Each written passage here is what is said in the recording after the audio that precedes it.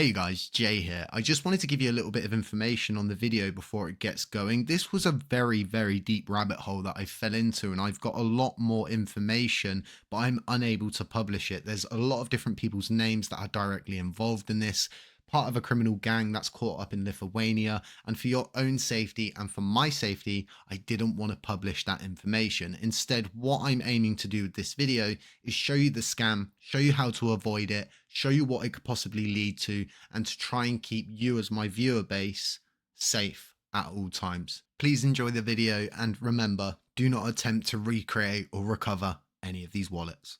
What's going on, you guys? Jay here, and welcome back to the channel. So don't forget to smash the like button and subscribe if you haven't already. And if you get an opportunity on the way out, drop a comment. It's really going to help us out here on the channel, and it could help more people find LUNC in turn. So before we go any further into this video, I have to give you all a warning. Please do not attempt to recreate anything that I do. Don't attempt to recover any of these wallets, and please don't go and seek out any of these wallets. This video is a bit of a strange rabbit hole that I've kind of fallen into over the course of the festive season, and honestly, it's strange to say the least. I've been coming up with all sorts of different theories, but I've got my final theory of what I really believe is going on. So let's go ahead and break down my findings. This whole situation began for me around 3 months ago when I started to see individual messages in my YouTube comments that had wallet seed phrases in them, and the person was claiming that they needed help. And I just went through the process of being a good Samaritan, deleting the comments anytime they came up and doing everything that I could to prevent those keywords from being used, so YouTube would automatically remove those comments. And they kept getting more common and more frivolous. And I started to do some research into it, and it took me at the beginning all the way back to 3 years ago. And we can see a post on Reddit, and this is what is said. I just saw a post where the OP posted a seed phrase. He said it was a treasure hunt of some sort. It seemed suspicious, so I did some research. I saw this article about rotten seed phrases. It's somewhat different, but the same principle is applied.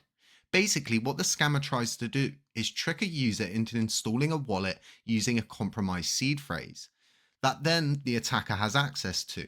Once the rotten seed phrase has been imported, the scammer waits for the user to add funds to their wallet and then drains the account.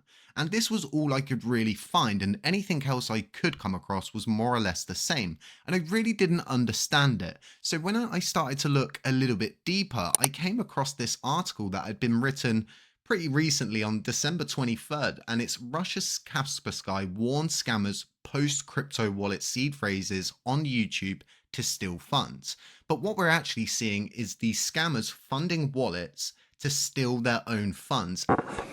What? Bro, what are you talking about, man? And merely claim a very small gas fee. And again, this makes absolutely no sense to me. What are you doing? What are you doing? Nothing. Me? Just hanging around. So the more I dug, the deeper it went, and I started to find different bits of conflicting information about a gang in Lithuania that was arrested on similar charges doing similar things around 3 years ago. And I thought to myself, well, maybe these guys have been released from jail. I was trying to understand and kind of dissect the situation. We've got the honeypot scammer deploying a wallet. He then funds the wallet and deploys a smart contract. That scammer will then go and leak the seed phrases on places like YouTube, and then you'll get a common thief who attempts to steal those funds.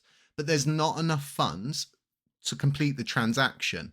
So the thief actually adds their own funds, they attempt a transaction, and that smart contract actually deploys and drains the wallet entirely.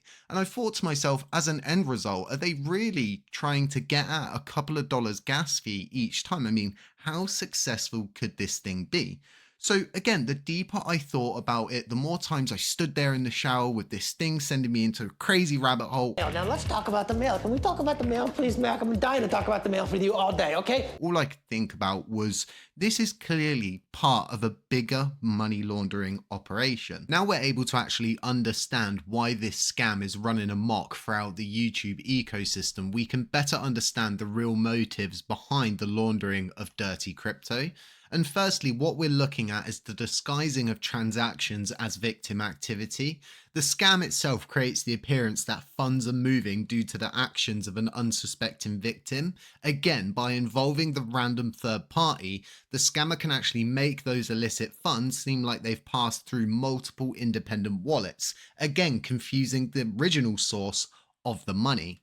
Secondly, we're talking about mixing clean and dirty funds together. They're known to use multi-signature wallets that can act as a layering mechanism. Victims, again, unknowingly fund those small transactions, which is Tron for gas fees, with these ones we're talking about, which are then mixed in with dirty crypto inside the wallet. And once the funds are moved out, they appear to be legitimate withdrawals. And again, a third party has handled the entire thing.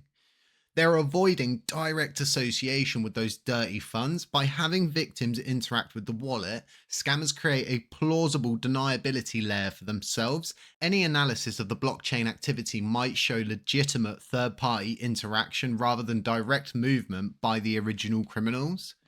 And lastly, the low cost of this money laundering is surprisingly efficient. Victims are supplying the gas fees, which again minimizes the cost for the scammer who has set up the whole thing.